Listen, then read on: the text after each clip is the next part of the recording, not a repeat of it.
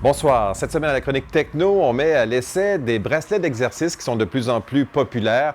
3 différents modèles qui vous permettent de monitorer, de suivre de près vos performances, de savoir combien de calories vous avez brûlé, des choses comme ça. Alors donc, 3 modèles à l'essai. On a le Garmin VivoFit, le Samsung Sports Gear et le Nike Fuel Band. Pour mettre à l'essai ces différents bracelets d'exercice, j'ai demandé à un collègue et à un ami, Marc-Antoine, qui lui fait du vrai sport. On parle de football, de rugby, du sport contact, donc pour voir quel est le modèle le mieux adapté.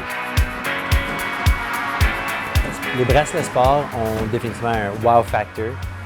Les gens posent des questions, sont immédiatement attirés vers les lumières qui sont émises du bracelet, puis ils posent des questions.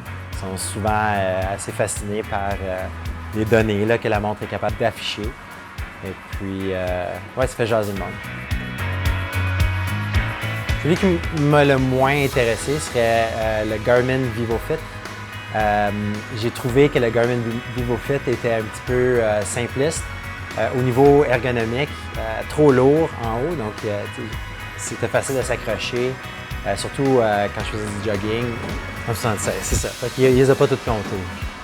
Le Garmin VivoFit avait un minimum de données et puis c'était celui que j'ai trouvé qui avait le plus d'erreurs. Le deuxième que je préfère le moins serait le Samsung Gear, qui lui est très pratique parce qu'il parle avec le téléphone et puis il permet d'avoir peut-être plus d'options que certains autres bracelets de sport. Il calcule aussi le rythme cardiaque. Mais sinon, je l'ai trouvé un petit peu pas très ergonomique. Elle fait fragile un petit peu. J'aurais peur de l'accrocher puis de la casser ou même d'égratigner le display. Le troisième, le Nike Fuel, personnellement, c'est celui que je préfère. Je trouve qu'il est assez confortable, il se porte bien, il n'est jamais dans le chemin. Et puis les données sont intéressantes.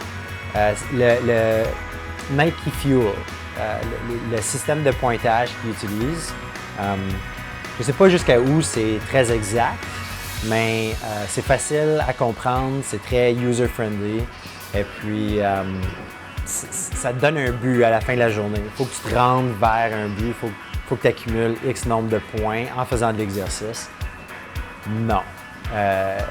D'avoir un bracelet sport n'a pas changé la façon dont je m'entraîne. C'est intéressant d'avoir des données sur l'énergie que je dépense pendant la journée, mais au niveau entraînement ou pour ce que je fais, ça n'a pas changé la façon dont je m'entraîne.